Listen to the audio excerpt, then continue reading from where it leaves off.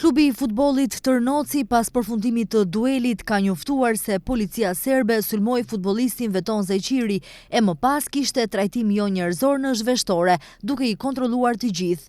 Në komunikatën e klubit të futbollit Tërnoci thuhet, gjatë tërë ndeshjes u pa tendenca e nikoqirëve në bashkëpunim me arbitrat për të na dëmtuar në rezultat. Ashtu edhe ndodhi, pasi na ndëshkuan padrejtisht me 2 kartona të kuq, ndeshja shkoi në 2-1 në favor të vendasve. Duke u pajtuar me fatin e ndeshjes, asnjëherë se kishim menduar se ky ishte fillimi i një drame për ekspeditën e klubit ton, thuhet në reagim. Klubi futbollistik Tërnoci tutje në reagim thot se me plot egërsirë dhe mlef, njëri nga policët ka goditur Veton Zeqirin dhe ndaj të tjerëve ka pasuar në fyerje. Klubi tutje thot se policia serbe është futur në zhveshtore duke bastisur gjërat personale të futbollistëve.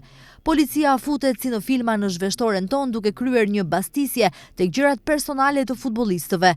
Në mënyrë të egër, policët bastisin gjithçka nën pretekstin e kërkimit të armëve të ftohta dhe çka jo tjetër. Pasi nuk gjendet asgjë, skenari i dramës policore vazhdon me dërgimin e ekipit ton në stacionin policor të këtij qyteti. Këtu kërkohet nga kapiteni ynë të jepet deklarat, ndërsa nuk u pranua për deklarat edhe futbollisti ynë i rrahur. Krejt në fund, lihemi të lirë ndërsa deklaratën për dhunën policore do ta japim në stacionin e Bujanocit, thuhet ndër të tjera në reagim. Tifozët kuqezi reagojnë ashpër pas sulmit të policisë serbe ndaj lojtarëve shqiptar të KF Tërnoci.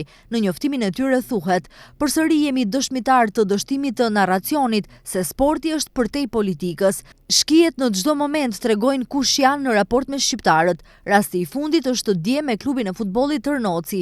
E vetmja organizatë që i amniston këto sulme ndaj qenjes shqiptare e nuk i cilëson dashakeqe është FSHF-ja, e cila po organizon Euro 2027 me pretendimet se sporti bashkon.